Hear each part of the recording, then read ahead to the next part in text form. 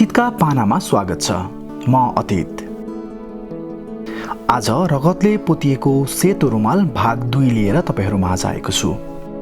कृपया अतीतका पानालाई सुनेर आफ्नो प्रतिक्रिया कमेन्ट मार्फत दिनुहोला। अतीतका पानालाई सब्स्क्राइब गर्न भने नबिर्सनुहोला।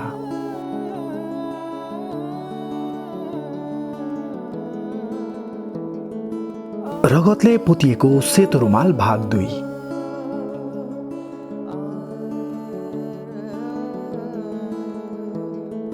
रूपा एक्कासी आतिँदै मेरो अनुहारतर्फ एकहोरो हेरेर आँखाबाट बलिन्द्र धारा आँसु बगाउँदै भनिन्, कतै तिमी राज त हैनौ? मैले उनलाई जवाफ दिएँ, हो रूपा, म उही राज, तिम्रो राज। रूपा मेरो नजिकै आएर मलाई अँगालो हाल्दै रुन थालिन्। राज, तिमी यति लामो समयसम्म मलाई एक्लै छोडेर कता गएका थियौ? हामीहरू बीच त्यही अवस्थामा केही कुराकानी भयो। त्यसपछि उनी काठमाडौँ फर्किने तयारीमा रहेछिन्। म त्यहाँ अनायासै भेटिएपछि उनले केही दिनका लागि काठमाडौँ फर्किने योजना स्थगित गरिन्। त्यसपछि हामी पशुपतिनगरतर्फ लाग्यौं। त्यहाँ चिनी उद्योग तथा अन्य स्थलहरूको अध्ययन गरी हामी रूपाकै फिल्ड सेन्टर फिक्कल बजार पुग्यौं। साँझको खानपिन गरी हामी भलाकुसारी गर्न थाल्यौं। निकै बेरको कुराकानीपछि सुत्नका लागि आफ्नो कोठातिर लाग्यौं। मनमा अनेकौं कुराहरू खेलिरहेका कारण रातभरि निद्रा लागेन। उता रूपालाई पनि त्यही भएछ। आफूलाई निद्रा नलागेको जानकारी बल लगाएर निकालेको खोकीको संकेतले दिँदै थिइन्। सुनसान रात, फाटफुट गाडीको आवाज भन्दा विकल्प केही सुन्न पाइन्नथ्यो। म रूपालाई दुलही बनाएर भित्राएको कल्पनामा डुबिरहेको थिएँ भने रूपा दुलही बनेर मेरो घर जाने सपनामा मस्त थिइन्।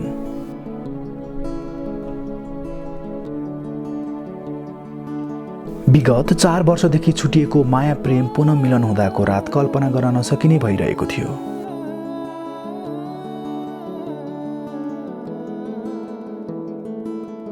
त्यतिकैमा बिहानी हुन पुग्यो। भोलिपल्टको बिहानी च्याको चुस्कीसँगै 7 बजेको गाडीमा काठमाडौँको लागि यात्रा सुरु गर्यौं।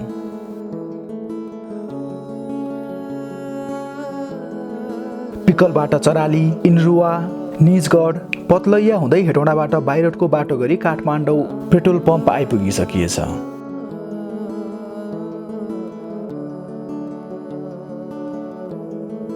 त्यति बेला रातको 9 बजेको थियो। मैले रूपालाई भोलि भेट्ने बाचा गर्दै त्यहीँ झर्न अनुरोध गरेँ। तर रूपाले मलाई उनकै घर जाम भनेर कर गर्दै रुन थालिन्। मलाई उनको त्यो जिकिरको डर लाग्यो। एक्कासी उनको घरमा के भनेर जाने? उनको आमा बुवाले के भन्छन्?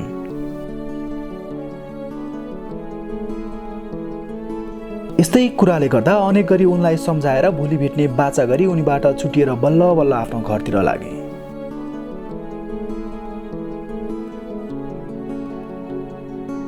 करिब 3 घण्टाको यात्रापछि म आफ्नो गाउँ नजिकै पुगेर बसबाट ओर्लिएँ। बसबाट ओर्लिएर 1 घण्टाको बाटो हिँड्ने क्रममा म एक्लै गुनगुनाउँदै खोलाको बगरै बगर हिँड्न थालेँ।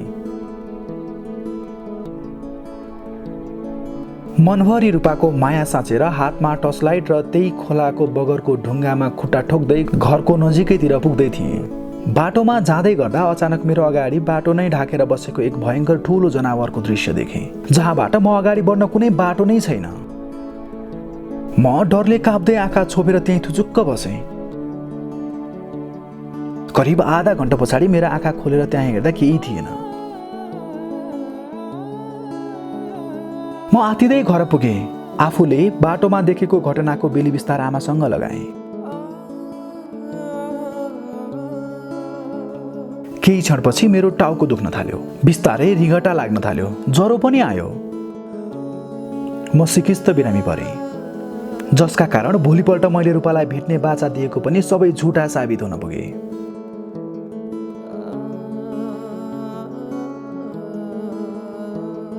केही दिनको औषधि उपचार र आरामपछि मलाई निको भयो। उता मेरो बाबाले मेरो लागि विवाह गर्नका लागि केटी ठिक पारिसक्नु भएको रहेछ। मैले बाबाको त्यो निर्णयलाई इन्कार गर्दै रूपाको खोजीमा शहरतिर बसेँ। पहिले आफ्नै अफिसमा हाजिर भएँ अनि रूपाको अफिसमा फोन गरेँ। त्यहीबाट रूपाको एक दिनपछि मात्र विवाह भएकाले उनी अफिस नआएको कुरा थाहा पाए।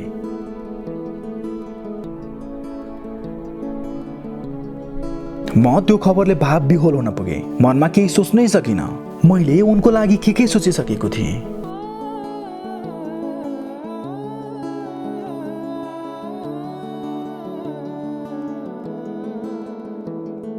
पर्सिपल्ट मेरै अफिसमा रूपाको विवाहको कार्ड आइपुग्यो। त्यसको केही क्षणमै फोनको घन्टी बज्यो। मैले हतपत फोन रिसिभ गरेँ। हेलो, म रूपा। राज, तिमीले मलाई किन यति धेरै धोका दियौ? भोलि मेरो विवाह हुँदैछ। मलाई केटो मन परेको छैन। मलाई जबरजस्ती विवाह गराउँदैछन्। राज, यदि तिमीमा म प्रति अलिकति पनि माया छ भने मलाई लिन आज राति ठिक 3 बजे मेरो घरको पछाडि आउनु ल। म काम कुरो मिलाएर आउनेछु। त्यतिकैमा उनले फोन राखिन्। सायद उनको साथमा अरू कोही आइपुग्यो होलान्। त्यसपछि मेरो मन झनै जल्न थाल्यो। समय रातको 2 बजेको थियो। मैले साथीको मोटरसाइकल लिएर रूपाको घर बाहिर पुगेर रूपाको बाटो हेरिरहेँ। रूपा पनि केही क्षणपछि घरको पछाडिको पर्खालबाट हाम फालेर आइन्। एक्कासी मेरा आँखा उनीमाथि पर्यो। उनी पुरानो कपडामा आँखाभरि आँसु टलपलाउँदै मेरो अगाडि आइन्। राज, अब ढिलो गरे खतरा हुन सक्छ, त्यसैले छिट्टै जाउँ। मैले उनलाई मोटरसाइकल पछाडि राखेर बाटो लागेँ।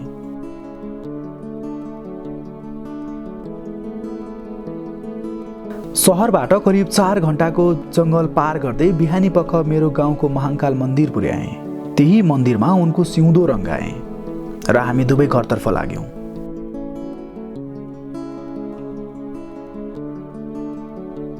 घरमा पुग्दा मेरो बाबा आमा काममा व्यस्त हुनुहुँदो रहेछ। बिहानीको झुल्के घामसँगै खरको झुपडीमा हाम्रो जिन्दगीको गुजारा चल्दै आएको थियो।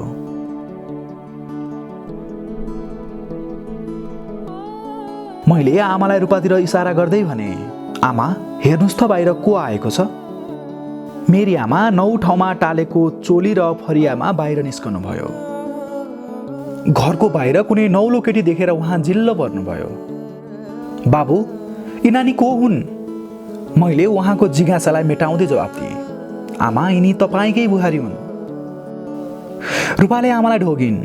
आमाले पनि श्रद्धापूर्वक रूपालाई उठाउँदै हर्षका आँसु बगाउँदै रूपाको टाउकोमा हात राखी आशीर्वाद दिँदै भित्राउनु भयो। हामी कोठामा आराम गर्दै थियौँ। आमा फेरि आँसु बगाउँदै हाम्रो कोठा सामु आएर भन्नुभयो, यी सहरिया केटी अनि हाम्रो घरको कोदाको ढिँडो कसरी सम्भव होला? रूपाले आमासँग बाचा गरिन्, आमा यो खरको सानो झुपडी भए पनि यहाँ संसारको सारा खुसी छ।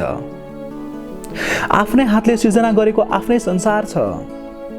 आमा, धनले सुखी मात्र बनाउँछ, खुसी बनाउँदैन। जहाँ खुसी हुन्छ नि त्यही हो अपरिहार्य धन। सहरिया धनी बाउको छोरीहरूसँग पनि चोखो माया हुन्छ भन्ने कुरा म त्यो संस्कारलाई चुनौती दिँदै त्यस खरको झुपडीलाई रोज्नुले स्पष्ट पार्छ।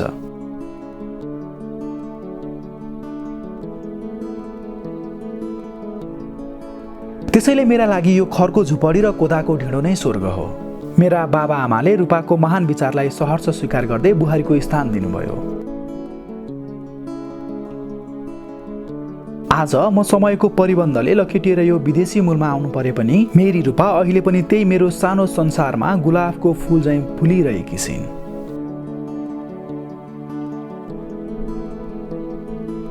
गरिबको हर सुख दुःखमा सङ्घर्ष गर्दै सुबास छरिरहेकी छिन्।